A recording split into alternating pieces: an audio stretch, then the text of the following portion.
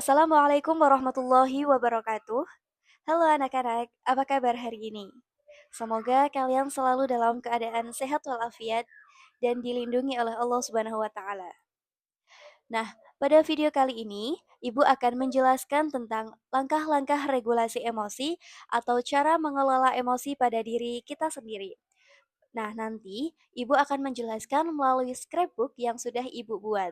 Jadi, buat anak-anak semuanya, silahkan simak video ini dengan baik dan juga sampai selesai. Nah, anak-anak pernah nggak mengalami rasa yang tidak nyaman di dalam hati? Entah itu kecewa, marah, takut, atau sedih. Nah, hal-hal itu adalah hal yang wajar yang dirasakan oleh setiap manusia. Perasaan-perasaan tersebut disebut emosi. Nah, jika kita mengeluarkan emosi, maka kita perlu mengelolanya dengan baik. Agar apa? Agar diri kita tidak melukai siapapun dan juga tidak merugikan diri sendiri.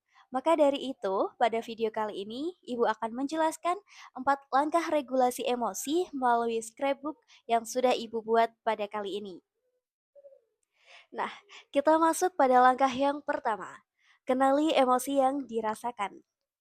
Ibu sudah menulis di dalam scrapbook ini bahwa sebelum mengelola emosi, kita perlu mengetahui emosi yang sedang dirasakan, apakah marah, sedih, takut, atau cemas. Nah, dengan mengenali emosi, kita dapat memahami penyebabnya dan juga menentukan cara mengatasinya. Jadi anak-anak, kalau kalian sedang merasakan ada rasa yang tidak nyaman di dalam hati kalian, silahkan kalian kenali dulu apa yang kalian rasakan. Misalnya, aku kecewa dengan nilaiku yang kurang bagus pada asesmen ini. Nah, berarti kalian sedang kecewa karena nilai kalian yang menurun. Sehingga kalian bisa memahami diri kalian sendiri dan juga kalian bisa menentukan apa solusi yang tepat untuk mengatasi emosi tersebut. Jadi, tips yang pertama adalah beri nama emosimu, kemudian tanyakan pada diri sendiri apa yang sedang dirasakan. Oke, kita beralih ke langkah yang kedua.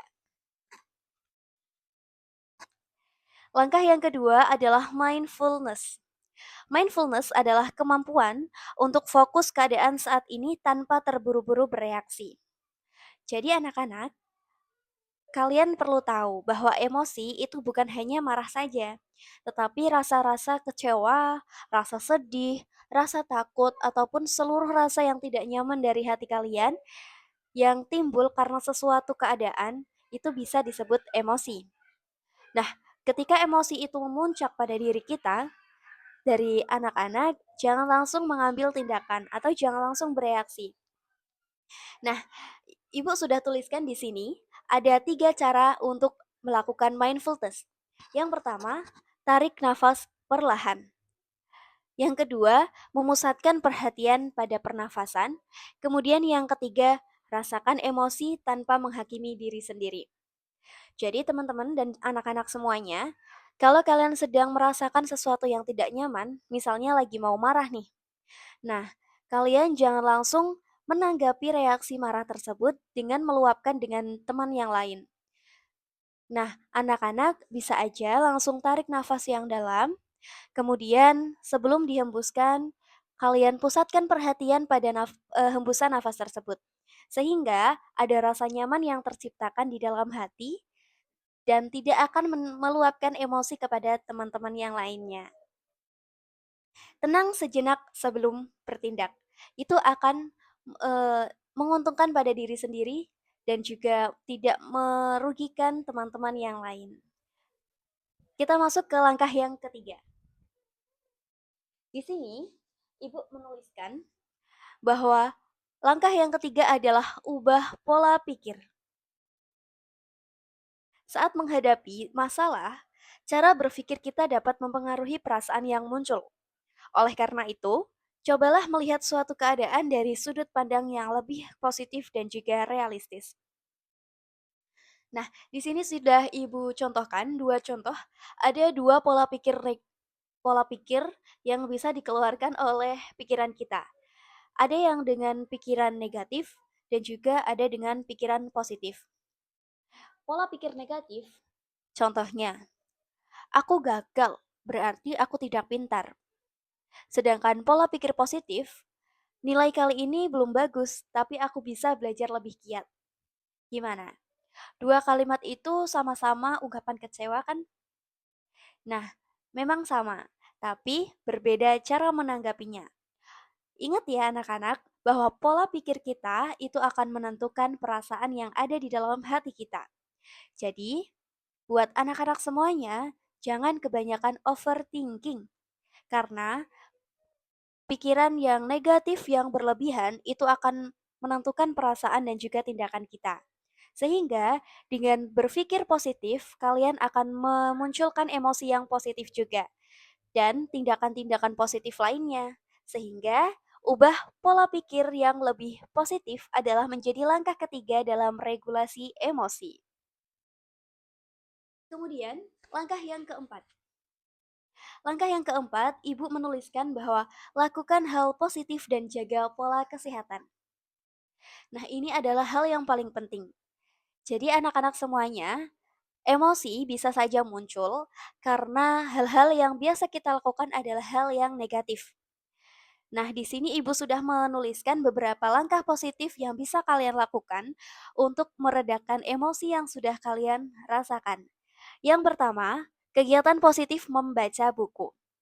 Nah, membaca buku ini merupakan salah satu kegiatan yang bisa membuka jendela pikiran kita. Sehingga bisa saja pikiran negatif yang tadinya selalu menghantui pikiran itu akan terbuang sedikit demi sedikit. Nah, kegiatan positif yang kedua adalah menyalurkan hobi. Nah, anak-anak, di sini siapa nih yang memiliki hobi lebih dari satu? Nah, itu bisa saja kalian salurkan rasa emosi kalian terhadap hobi kalian, sehingga hal-hal yang bermanfaat akan bisa kalian lakukan. Kemudian kegiatan yang ketiga adalah beribadah. Nah, bagi umat muslim, silakan nih, buat anak-anak semuanya bisa tingkatkan keimanan dan juga ketakwaan kalian kepada Allah Subhanahu wa taala. Atau buat umat agama lain juga bisa beribadah sesuai dengan keyakinan masing-masing. Sehingga hati kalian akan menjadi lebih tenang dan juga tentram. Kegiatan yang keempat adalah berolahraga. Nah, siapa nih yang di sini masih malas berolahraga? Nah, kalau kalian masih malas berolahraga, silahkan mulai dari sekarang bisa memulai olahraga dengan baik. Bisa memulai dengan sederhana saja. Bangun tidur, lakukan olahraga bisa 1 atau sampai 2 menit. Nah, itu akan membangun citra positif pada diri kita. Kegiatan positif yang sudah saya sebutkan bisa juga diimbangi dengan jaga kesehatan yang baik. Jaga kesehatan bisa dilakukan dengan makan makanan yang bergizi atau makan makanan yang sehat. Nah, biasanya kita sudah sering sekali ya, apalagi dari anak-anak Gen Z nih, suka banget makan makanan instan. Nah, kalian boleh memakan makanan instan, tapi harus juga diimbangi dengan makan makanan yang bergizi. Kemudian kegiatan jaga kesehatan yang kedua adalah minum air yang cukup dan juga tidur yang cukup. Anak-anak pasti sering kan tidur di atas jam 12, sering banget begadang. Nah, hal itu akan menumbuhkan emosi yang tidak stabil. Bisa aja kalau kalian begadang sampai subuh, ketika hendak dibangunkan untuk berangkat sekolah, pasti kalian memuncak emosi marahnya. Sehingga hal tersebut tidak baik untuk kesehatan kita dan juga untuk kesehatan mental kita. Oleh karena itu, tubuh sehat, pikiran kuat, emosi akan lebih teratur.